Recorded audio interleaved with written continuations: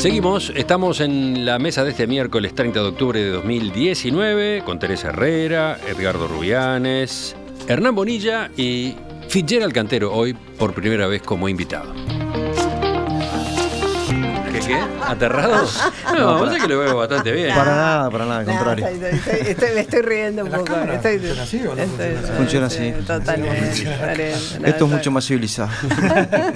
Segundo tema. Con apenas 6 meses de trayectoria, el partido Cabildo Abierto obtuvo 10,88% de los votos. 3 senadores y 11 diputados en las elecciones del pasado domingo. Desde que el Frente Amplio debutó en una elección en el año 1971, no pasaba que un partido nuevo alcanzara el umbral del 10% de los votos. ¿Cómo se explica este éxito? Ayer entrevistamos aquí en Perspectiva al líder de Cabildo Abierto, Guido Manini Ríos. Dijo que su partido surge en respuesta a la soberbia de las autoridades, entre otras razones. Nosotros creemos haber representado un pedido de la gente que nadie los escucha. Hay como una soberbia en los distintos gobiernos que se van sucediendo, que no escuchan, que están de espaldas a la realidad, que niegan la crisis, que niegan serios problemas, y nosotros claramente los ponemos arriba de la mesa y decimos, bueno, para esto hay que buscarle solución. Es uno de los temas, ¿no? De los temas más interesantes para el análisis, para el de los politólogos en particular. Ya que tenemos a Fitzgerald, le damos la palabra a él en primer lugar. Bien, sí, yo tengo una especie de hipótesis de por qué ha pasado esto, que es muy primaria, porque en definitiva estamos a muy pocas horas del resultado y creo que tiene que andar bastante el camino para poder hacer un análisis más profundo, que me parece es interesantísimo, porque acá hay un montón de aspectos a estudiar hacia atrás, ¿no? Los movimientos, los liderazgos militares, por ejemplo, hay un punto de conexión con el Frente Amplio. El Frente Amplio nace con un liderazgo de un militar, o sea, hay una cantidad de cosas para andar, pero para explicar brevemente lo que me parece, y repito, de manera primaria, por qué se da este fenómeno, yo creo que hay diferentes variables, ¿no? Primero, ¿quién es Manini Ríos? O sea, no es cualquier ciudadano que vino. Otros candidatos han tenido también la aspiración y no han llegado, algunos que hace mucho tiempo que están y que han invertido mucho dinero, como el caso de Novik claramente, y no tuvo el éxito electoral que tuvo Manini. Entonces, ¿quién es? Bueno, es un señor conocido en todo el país, porque ha sido comandante en jefe del ejército, recordemos, nombrado por el Frente Amplio, que ha sido general, nombrado por el Frente Amplio, y que ha tenido en su gestión, además, como comandante en jefe del ejército, una serie de aspectos que lo han hecho, de alguna manera, llamador de opinión pública, porque en definitiva, cuestiones que él ha protagonizado y que el propio gobierno le ha protagonizado al propio Manini Ríos, lo ha posicionado allí. Entonces, primero, no es cualquier figura, es una figura que se fue construyendo desde allí. Luego, ¿quién es? Es alguien que estaba en la cabeza del ejército y Fuerzas Armadas, que tienen una imagen positiva en la gente. Porque cuando miramos cuáles son las instituciones que tienen buena imagen, no somos los partidos políticos, no es el Parlamento, y sí las Fuerzas Armadas tienen una buena imagen. Entonces allí tenemos que ver que hay una ciudadanía que ve con de buena manera a las instituciones de Fuerzas Armadas, que este señor representó y que tuvo este protagonismo que recién señalo. Y luego, además, me parece que hay en la ciudadanía un hartazgo en ciertos temas, que fueron los que separó Manini. Él se paró en 2 temas y con un mensaje muy concreto, muy cortito. Esto también tiene que ver con cuáles son las propuestas de Manini, y empezamos a conocer ahora algunas de sus prioridades en materia de agenda, pero en definitiva él se paró en 2 temas donde hay un hartazgo en la ciudadanía, que son la seguridad y que es el tema de la corrupción. Entonces, con ese bagaje, con ese conocimiento y parándose con mensajes concretos, claros, en esos 2 temas, donde ahí comparto lo que acabamos de escuchar, cuando habla de la soberbia, en tema de seguridad, el Frente Amplio tiene que reconocer, y creo que Daniel Martínez, a partir de la noche del lunes lo empezó a reconocer, se paró con soberbia, cuando pasa lo que pasa y todos lo vemos, y sale un ministro del Interior a decir lo peor ya pasó. Entonces, como ejemplo, ¿no?, de un montón de largos ejemplos donde es un tema que la ciudadanía pide respuestas, y allí ha sido eficaz Cabildo Abierto. ¿Tu lectura, Teresa, del fenómeno Cabildo Abierto? Mi lectura del fenómeno Cabildo Abierto es que me sorprende que alguien como Manini hable de soberbia, ¿no? Es decir, cuando representa a una institución que, si hay algo por lo cual se ha caracterizado históricamente, ha sido por la soberbia y por suponer siempre que su actitud mesiánica es la que va a salvar a la patria, ¿no?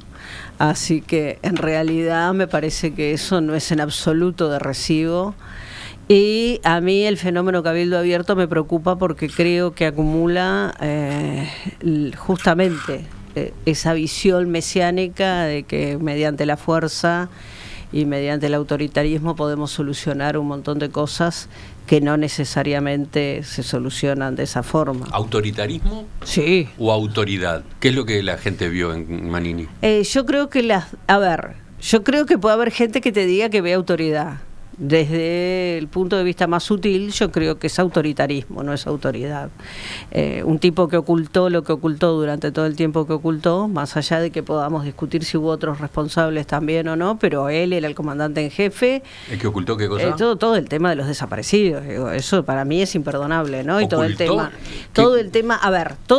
de cuánto tiempo durmió el expediente de Gabazo y toda la historia, digo yo, para mí es imperdonable. Bueno, él tiene sus explicaciones y las dio ayer, ¿no? Sí, las dio. Él dice que notificó al ministro Menéndez apenas supo de lo que había confesado Gabazo. El fiscal dice otra cosa. El fiscal dice otra cosa, bueno, él va a pedir pruebas. Él adelantó que el viernes, cuando tenga que comparecer en la justicia, va a pedir que se diligencie una serie de pruebas en ese sentido. Bueno, pero el fiscal dice otra cosa, es decir, redondeo con esto, es decir, a mí lo que me preocupa es que hay un sector de la población, no me preocupa Manini en todo caso, me preocupa la gente que lo votó, y me preocupa en realidad que esto no es algo que por suerte en Uruguay es minoritario, porque está bien, lo votó, pero en 6 meses miren cómo creció. Me preocupa porque cuando miro del otro lado Bolsonaro, realmente me preocupo. Sí, yo no veo en el discurso, en las actitudes, en las propuestas de Cabildo Abierto nada que me lleve a pensar que es antidemocrático, autoritario, Bolsonaro. En todo caso es nuestra versión uruguaya de ese fenómeno, ¿no? Mucho más amortiguada, realmente no. Bueno, creo pero que con ese criterio podríamos decir que la dictadura uruguaya fue más liviana que la argentina, pero tampoco digo, eso no va por ahí. No va por ahí. Una cosa corta, me parece que poner en este análisis a Bolsonaro no tiene nada que ver. Bolsonaro es un individuo que tiene 30 años de parlamentario, o sea, una figura que no es nueva en la política. Acá estamos hablando y analizando un fenómeno totalmente nuevo de 6 meses de vida con este éxito, ¿no? Me parece introducir. Bueno, pero con una ideología parecida, ¿no? No sé. A mí no me queda tan claro que sea así, ¿eh? Yo creo que le escuché hace unos días a Sanguinetti decir que lo de Manini era más simbólico que otra cosa, ¿no? Yo estoy de acuerdo. No es tanto lo que haya dicho, sus propuestas, es como que era una imagen, yo creo que de autoridad y no de autoritarismo, en que el electorado es muy diverso, hay mucha gente que quiere cosas muy distintas. ¿Sí? Y hay un porcentaje de la gente que está percibiendo que hay mucho relajo con la inseguridad, que el gobierno no ha sido capaz de controlar el asunto, y tenemos uno de los problemas cuando no se controla la seguridad y cuando tenemos récord de homicidios y todo lo demás, es que hay gente que quiere mano dura. Y aunque Manini no haya dicho nada muy expreso en ese sentido, que creo que no lo dijo, por lo menos yo no lo escuché, simbólicamente era el candidato que más representaba esa idea, esa imagen de autoridad y de controlar la situación. Creo que va más por ese lado. Ahora, que tuvo ese porcentaje interesante de votos, que va a tener 3 senadores, 10 diputados, salvo Manini y la mujer, básicamente no conocemos el resto de los legisladores de Cabildo Abierto. Habrá que ver cómo se comporta la bancada, pero me parece que el voto a Manini expresa dentro del sistema un hartazgo de la ciudadanía con ciertas situaciones que es razonable. Yo prefiero que esas cosas se canalicen a través del sistema democrático, prefiero que estén adentro del sistema, por la misma razón que Yo personalmente hubiera preferido que Unidad Popular estuviera en el Parlamento. Lo prefiero adentro del Parlamento discutiendo y no afuera tirando piedras. Creo que Cabildo Abierto yo le abro una cuota de crédito a ver cuáles son sus ideas, sus propuestas y cuál es su comportamiento ahora que van a estar presentes en la vida democrática del país. ¿Edgardo? Yo creo que con la emergencia de Cabildo Abierto culminó un proceso de transformación de los partidos tradicionales en el sentido de dejar de ser partidos catch-all. ¿Qué son los partidos catch-all? Aquellos que tienen todo un ala desde una punta hasta otra que caracterizaba a los partidos tradicionales uruguayos, donde teníamos desde Pacheco hasta sectores ballistas dentro del Partido Colorado, desde Wilson hasta Guerrondo, progolpista, etcétera. Ese proceso se fue dando a partir después de la dictadura, con la pérdida creciente de sus alas izquierdas. El wilsonismo fue desapareciendo dentro del Partido Nacional, el vallismo primogénito también, y ahora entonces tenemos partidos, la diferenciación entre el Partido Colorado actual y el Partido Nacional es pequeña. De ahí la facilidad con que llegan a acuerdos de concertación económica, digamos, pero te mantenían sus alas derechas con Bordaberry y otros sectores, y dentro del Partido Nacional algo parecido.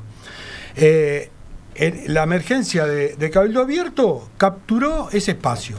Lo capturó en términos de simbólico, como de repente dice Hernán, lo capturó también en términos de algunos individuos. Si uno mira el listado que aparecían los nombres de los diputados, vemos dónde están ubicados, cuándo estaban ubicados esos diputados. Algunos que a una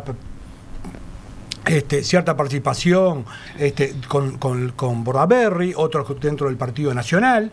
O sea, si uno mira, y después hay por lo que decían la información ayer difundida, hay otros que simplemente son individuos que no tienen ninguna trayectoria orgánica partidaria, ¿no? Que es en el marco de los 10 diputados.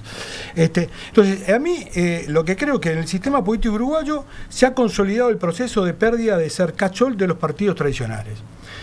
Hay un sector de derecha representado simbólicamente por el Cabildo Abierto, un sector de centro derecha representado por el Partido Nacional, y la centro izquierda con la izquierda unificada dentro del Frente Amplio nuevamente, o sea, con ciertas pérdidas, pero que sigue expresando un 40% de la población.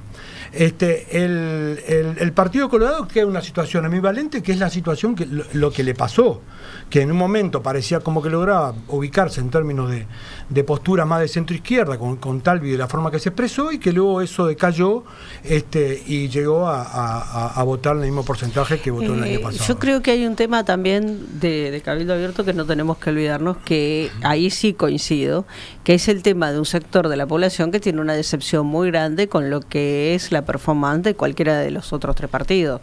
Entonces encontró ahí una canalización interesante, sobre todo en términos de los temas de seguridad, en términos de los temas de todos aquellos que tienen que ver con la preocupación, porque ellos ahora no lo ponen sobre la mesa en el acuerdo porque tienen muy claro que capaz que no camina, pero no ha habido discurso donde no hayan hablado en contra de la ideología de género y de todo lo que son los derechos, etcétera, etcétera, ¿no? Es decir, ahí están canalizando todo un sector de población que está bastante decepcionado de los partidos en general, ¿no? Sí, dos apuntes. ¿No?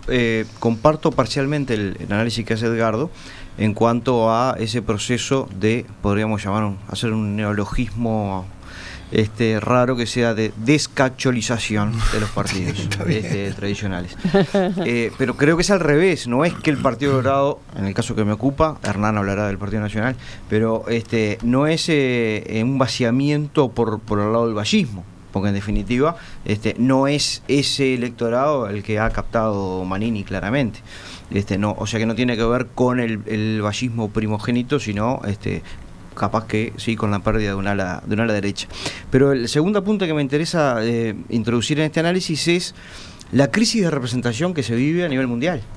Entonces, allí tenemos un fenómeno donde, como bien señala Teresa recién, los partidos establecidos han venido perdiendo a nivel mundial, en Uruguay también, han venido perdiendo su representatividad, su conexión con el votante.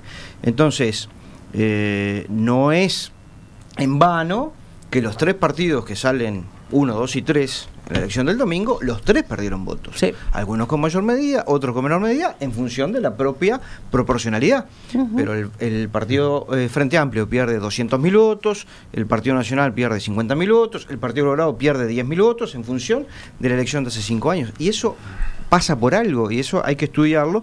Creo yo que una de las variables es, que es uno de los temas que estudio además, que estamos viviendo a nivel mundial esta crisis de la representatividad, que los partidos políticos aún no han entendido cómo abordarla, y acá entonces aparece un candidato que la representa. Hubo uno que tuvo especial éxito, pero hubo varios que salieron en busca de esa decepción, ¿no? Claro. Exacto. Pienso en Novik, Sí. Claro. pienso en Sartori, Sartori. y bueno, y anoto también algunos de los partidos chicos, muy chicos, que Sí, el PERI, permitieron... sí.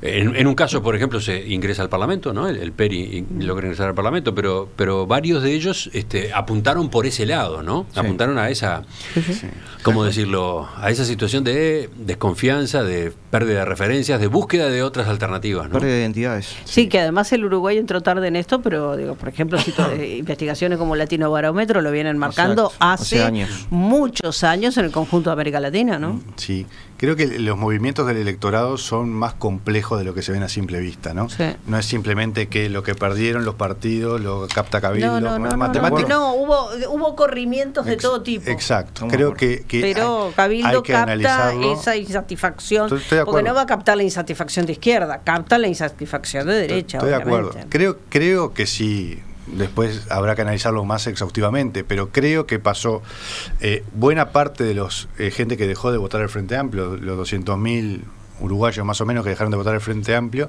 pasaron mayormente al Partido Nacional y al Partido Colorado, y creo que hubo electorado blanco y colorado que pasó a votar Cabildo. Exactamente.